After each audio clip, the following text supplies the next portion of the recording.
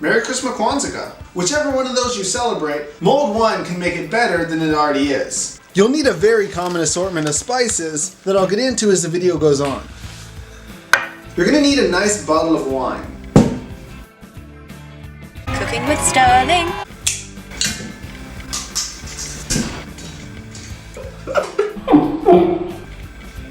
First off, pour yourself a nice glass of Sterling. First up, the flavor stage. Break up some cinnamon and drop it in. Drop in some nutmeg. Grab the largest piece of ginger you can find.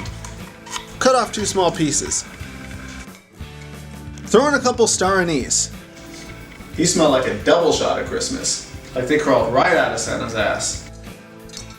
Put in some cloves. Put in some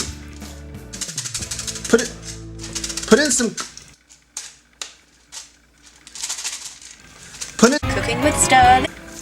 cardamom pods. Put in just a teaspoon or a tablespoon of sugar or a sugar substitute. A lot of recipes call for more sugar, but it really doesn't have to be that sweet. At this point, it's all about flavor, so I'm not pouring in all the wine yet. Throw in your desired amount of orange and lemon peel. 1 or 2 apple slices also contributes a great flavor. Then squeeze in an orange slice.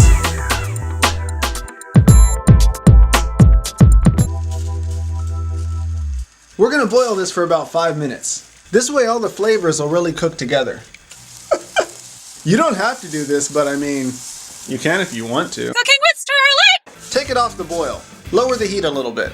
Add in more wine. Cook that just below a simmer for about 5 minutes.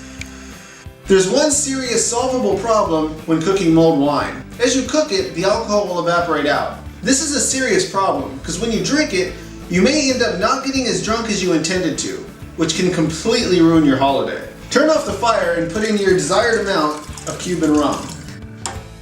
Also throw in a splash of brandy. So this is what the finished product of Cuban rum, mulled wine. Obviously this one is better than that one, and thumbs up and subscribe.